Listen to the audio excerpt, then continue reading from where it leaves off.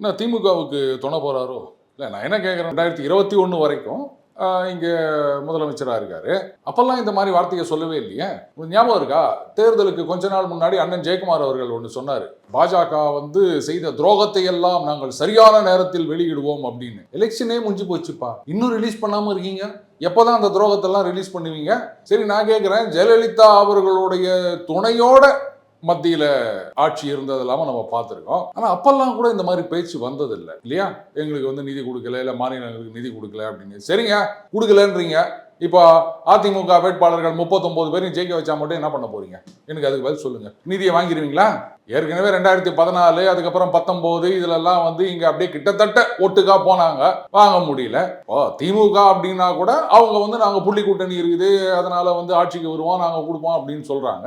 பாஜக நாங்க தான் ஆட்சியில் இருக்கோம், நாங்க தான் வரப்போறோம் அப்படின்றாங்க. நீங்க என்ன பண்ண போறீங்க?